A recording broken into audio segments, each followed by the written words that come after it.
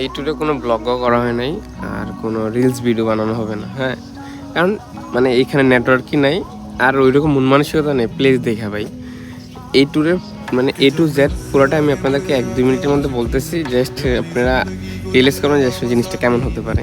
হ্যাঁ, সেটা হচ্ছে আমরা গৌরীপুর থেকে বাসে ফার্স্টে সদরঘাটে আসি, সদরঘাট থেকে আবার লঞ্চে আসি হচ্ছে আপনার ভোলাতে, ভোলা থেকে আবার সিনজিতে আসি হচ্ছে আপনার কি জানি কয় কচ্ছপ কি জানি। হ্যাঁ, যেখানে আপনার 2 ঘন্টা 3 ঘন্টার মতো সিএনজি জার্নি করা লাগছে। তো কচ্ছপে থেকে আমরা আসি আবার স্পিড বোটে, স্পিড বোট থেকে আবার কিছুটা পথ জঙ্গলের মাঝখান দিয়ে আপনার হাঁটার পরে পরে আবার নৌকাতে আবার একটু পার হওয়া লাগছে। নৌকাতে পার হওয়ার পরে রাইট নাও আমরা আসছি হচ্ছে বঙ্গোপসাগর একটা সাইড, যেটার আসলে নামটা আমি স্পেলিং কুকরি মুকরি আর কি স্পেলিং করতে পারি না।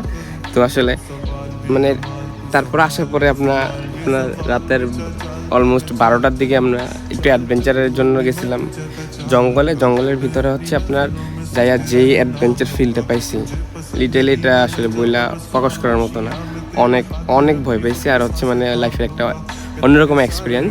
তো আমরা রাত্রে বারবিকিউ করলাম এখানে ওই জঙ্গলের যেই লাঠি আছে ওইগুলাই না, আর আমরা সবাই একসাথে বসে আড্ডা মারলাম, খাইলাম, হ্যাঁ অনু খেললাম ভাই। মানে অন্যরকমই একটা মজা ছিল। এটা এই ট্যুরটা টোটালি মেমোরেবল ট্যুর একটা। তো এরকম ট্যুর সচরাচর হয় না। তো এই জন্যই বলে দিলাম যে এই ট্যুরে কোনো ব্লগ হইতেছে না, কোনো রিলস হইতেছে না। 2 মিনিটের মধ্যে এই ট্যুরের A to Z যা হচ্ছে সব কিছুই আপনাদেরকে শেয়ার করে দিলাম।